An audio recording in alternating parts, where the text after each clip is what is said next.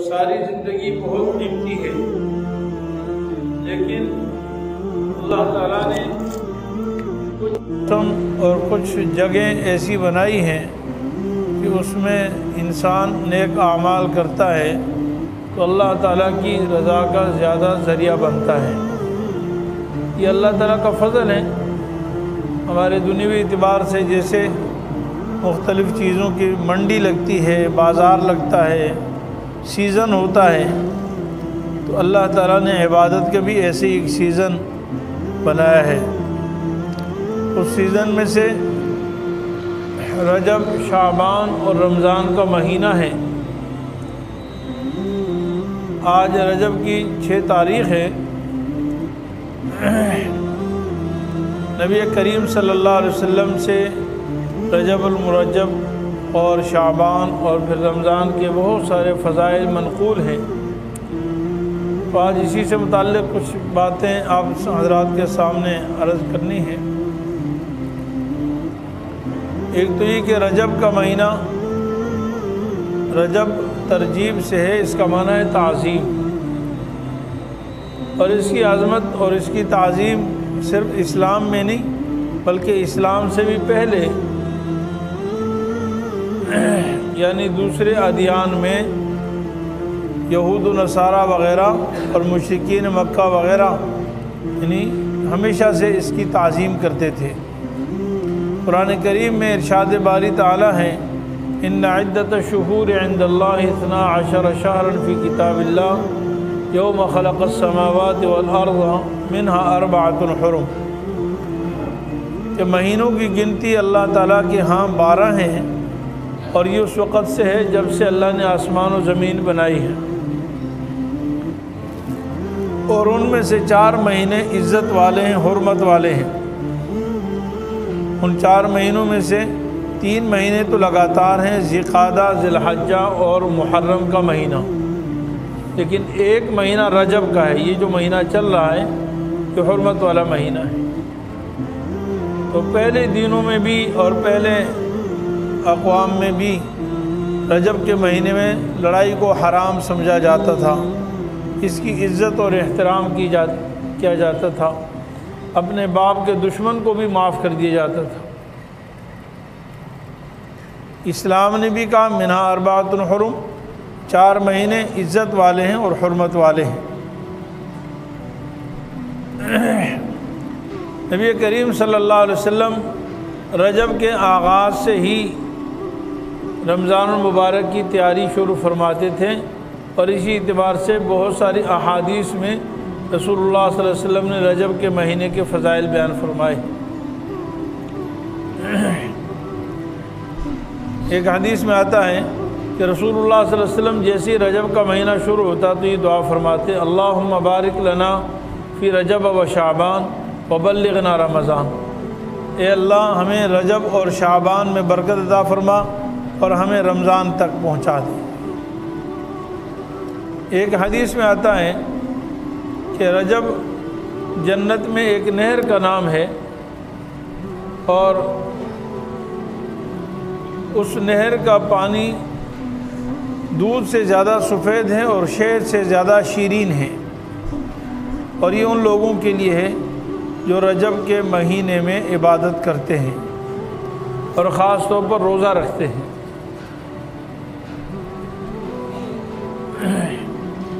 بعض علماء فرماتے ہیں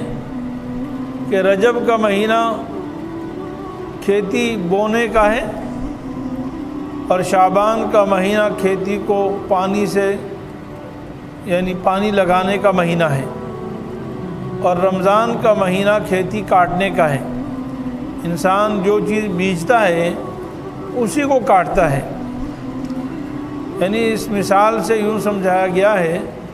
کہ گویا کہ یہ تینوں مہینے آپس میں لازم ملزوم ہیں۔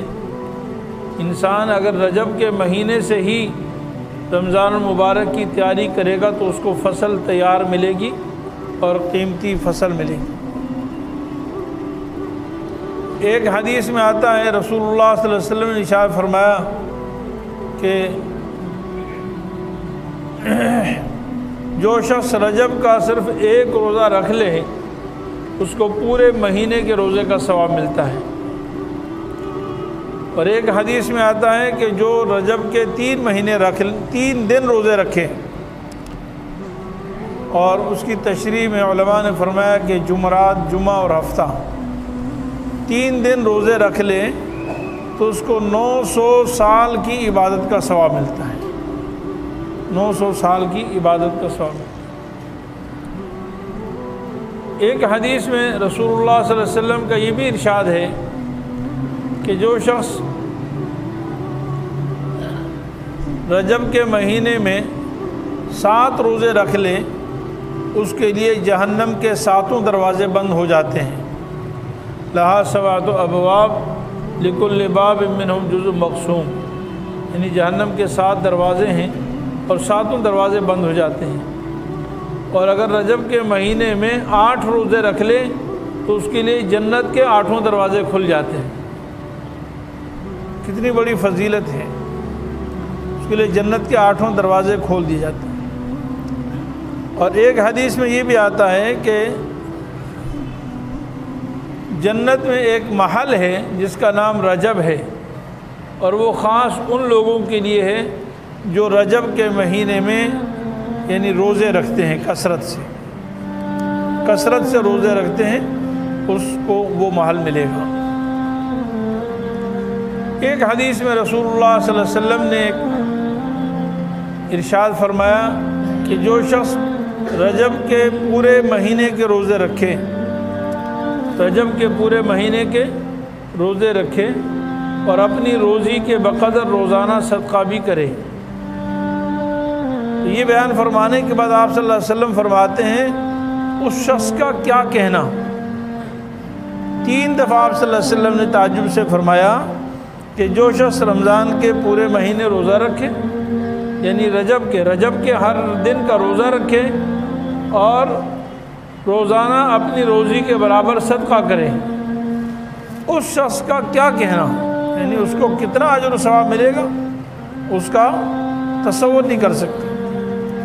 پھر آپ صلی اللہ علیہ وسلم نے 3 دفعہ یہ ارشاد فرمانے کے بعد فرمایا کہ اس شخص کو اللہ رب العالمین اتنا اجر و ثواب عطا فرمائیں گے کہ اگر سارے کے ساری مخلوق اس کے ثواب کا اندازہ لگانا چاہیں، اگر ساری کے ساری مخلوق اس کے ثواب کا اندازہ لگائیں تو اس کے عشر عشیر تک بھی نہیں پہنچ سکتے، عشر عشیر تک بھی نہیں پہنچ سکتے، اتنا زیادہ اجر و ثواب، یعنی سارے مخلوق مل کر بھی اس کے ثواب کا اندازہ نہیں لگا سکتے۔ تو بہرحال رجب کے مہینے میں عبادت کرنے کا بہت بڑا ثواب ہے، خصوصاً روزہ رکھنے کا بہت زیادہ ثواب ہے۔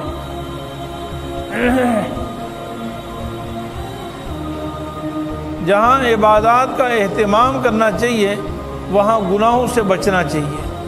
کیونکہ علماء فرماتے ہیں کہ رجب کا مہینہ گناہوں سے توبہ کرنے کا ہے، رجب کا مہینہ صفائی اور ستھرائی کا ہے، یعنی روحانی اعتبار سے گندگی اور رذائل کو دور کرنے کا ہے، اور شعبان کا مہینہ یہ محبت کا مہینہ ہے کہ اللہ کا قرب کی طرف انسان بڑھے، اور پھر رمضان کا مہینہ قرب الہی کا مہینہ ہے۔ اس لیے جس طرح یہ فضیلت والا مہینہ ہے اس میں عبادت کا اہتمام کرنا چاہیے، اسی طرح گناہوں سے بچنے کا بھی اہتمام کرنا چاہیے۔ بعض علماء فرماتے ہیں کہ جو شخص رجب، شعبان اور رمضان ان 3 مہینوں میں گناہوں سے بچنے کا اہتمام کر لے گا تو اللہ رب العالمین اس کو زندگی بھر گناہوں سے بچنے کی توفیق عطا فرمائے گا، زندگی بھر وہ گناہوں سے بچے گا۔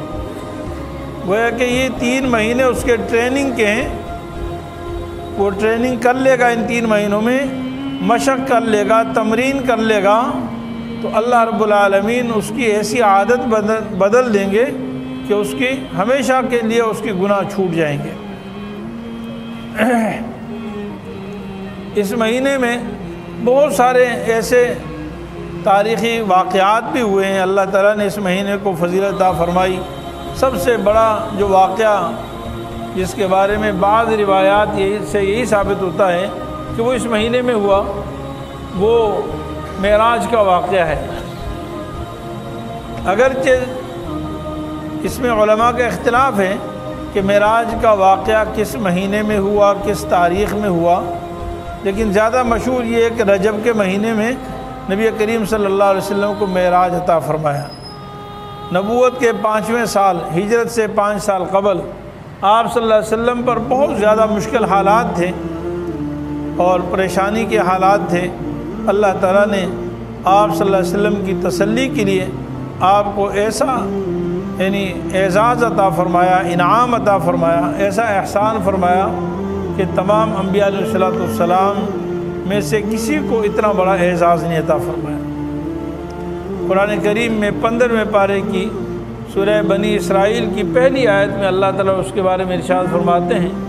سبحان الذی اسریٰ بعبدہ لیلا من المسجد الحرام الی المسجد الاقصی الذی بارکنا حولہ لنریہ من آیاتنا انہ هو السمیع البصیر۔ پاک ہے وہ ذات جو اپنے بندے کو یعنی حضرت محمد صلی اللہ علیہ وسلم کو راتوں رات لے کر گئی مسجد حرام سے مسجد اقصیٰ تک، تاکہ اپنی قدرت کے دلائل اور نشانیاں ہم دکھائیں۔ معراج کے جو سفر ہے اس کے 3 حصے ہیں۔ ایک ہے بیت اللہ مسجد حرام سے مسجد اقصیٰ تک، اس کو اسراء کہتے ہیں، اسراء بعبدہ۔ اور پھر دوسرا حصہ بیت المقدس سے مسجد اقصیٰ سے سدرۃ المنتہا تک، اور تیسرا حصہ سدرۃ المنتہا سے لے کر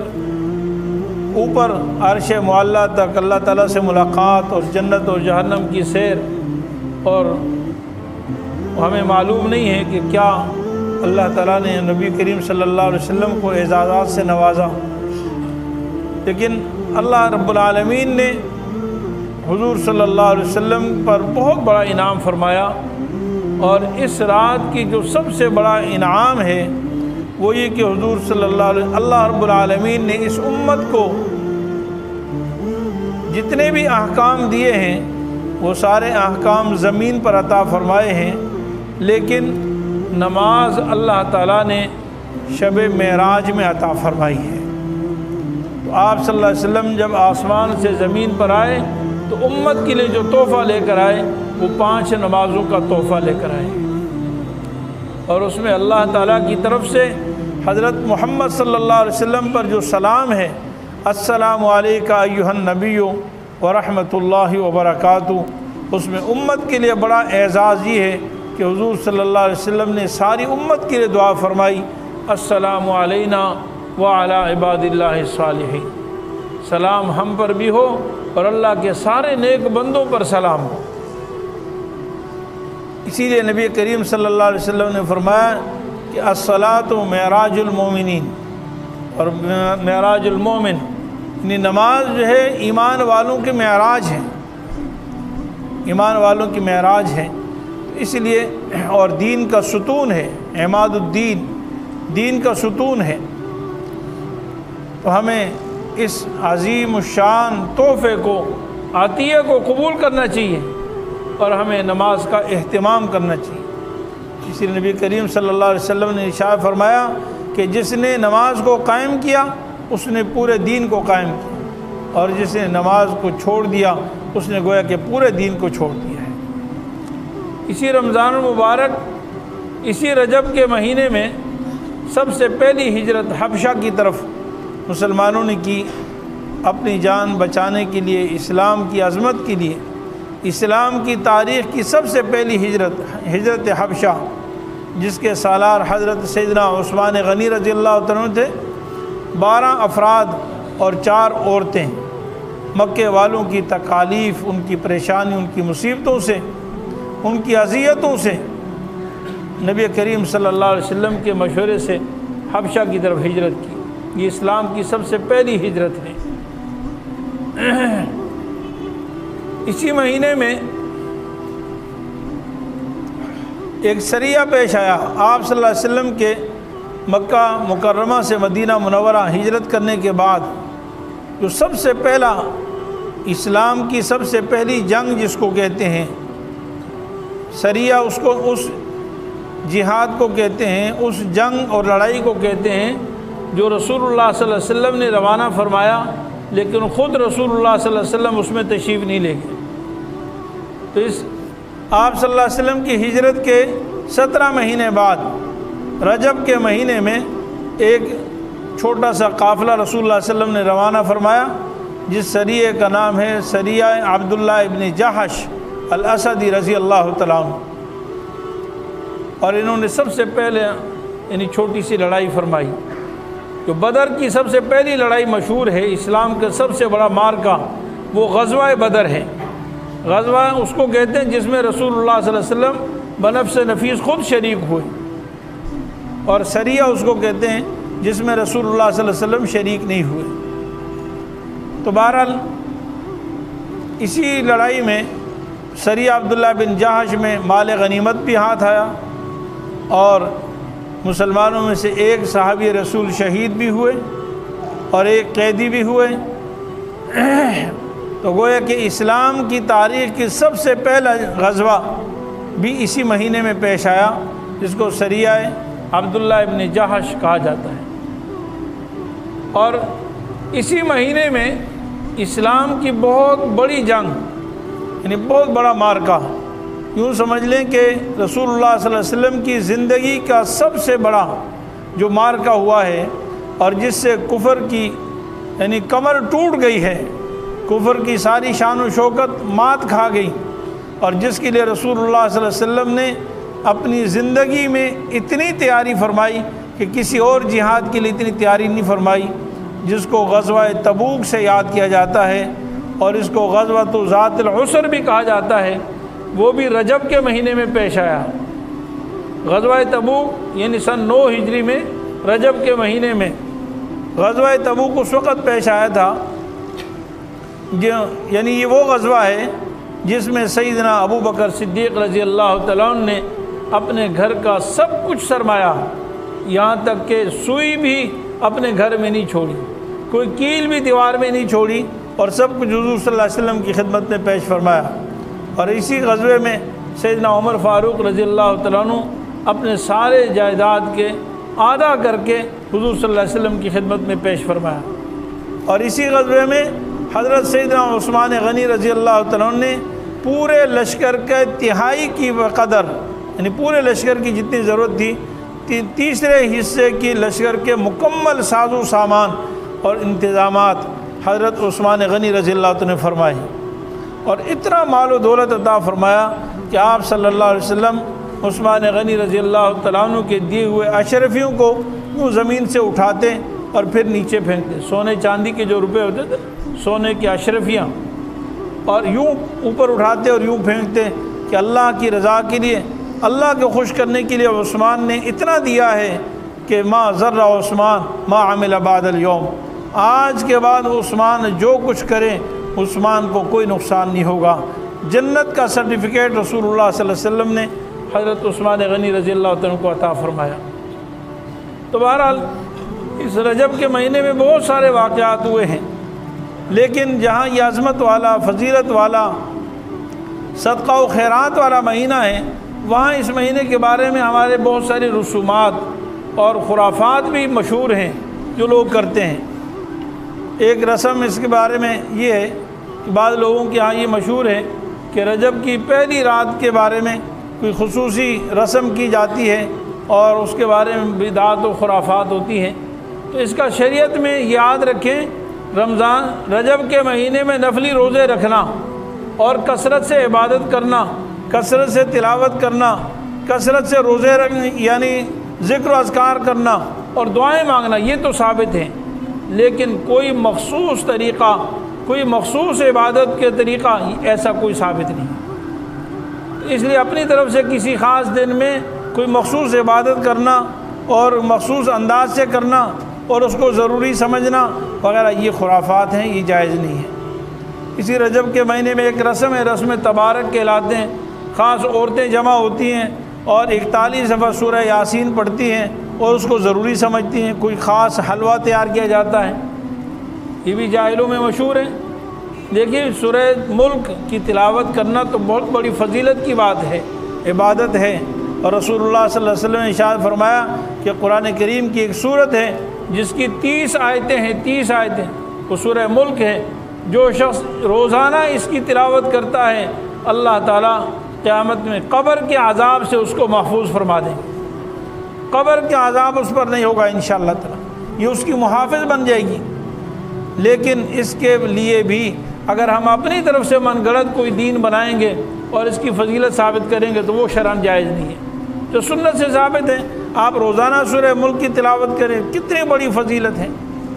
آخرت کے منازل میں سب سے پہلی منزل، پہلا اسٹیشن،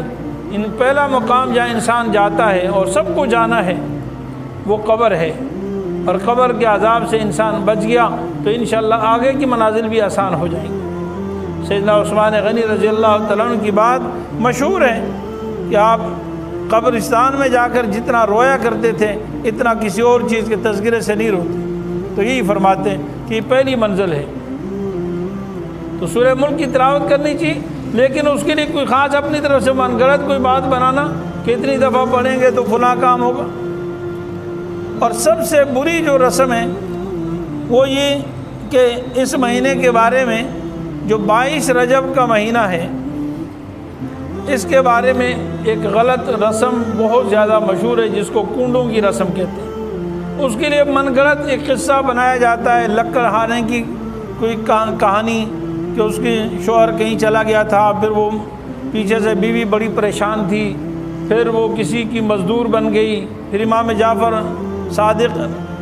رحمہ اللہ سے ان کی ملاقات ہوئی، اس نے حکم دیا کہ میرے نام پر تم کنڈے بھرا کرو، تو اس نے کنڈے بھر دیے، نظر مانی، ان کے شوہر آ گئے اور بڑی مال و دولت لے کر آ گئے۔ بہرحال پھر ایک وزیر نے اس کو ذرا برا سمجھا تو وزیر کی وزارت ختم ہو گئی، پھر اس کو پھانسی ہونے لگی، پھر اس نے توبہ کی، دوبارہ کنڈوں کی رسم کی تو دوبارہ وزارت پہ آ گئی۔ اس طرح کی لمبی من گڑت کہانی ہے، اس موقع پہ بیان کرنے کا موقع نہیں۔ تو لوگ 22 رجب کو کنڈوں کی رسم کرتے ہیں اور وہ سمجھتے ہیں کہ شاید یہ حضرت امام جعفر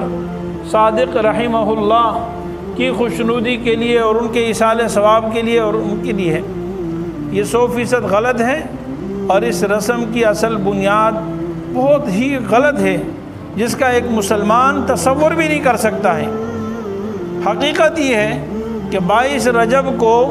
اسلام کا ایک بہت بڑا غمناک دن ہے تاریخ میں۔ وہ سیدنا امیر معاویہ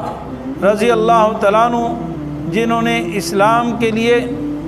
اپنی ساری زندگی یعنی جوانی سے لے کر موت تک اسلام کے لیے قربانی دی، محنت کی اور اسلام کی شان و شوکت کو قائم فرمایا، جو بہت بڑے امیر المومنین ہیں، کاتب وحی ہیں،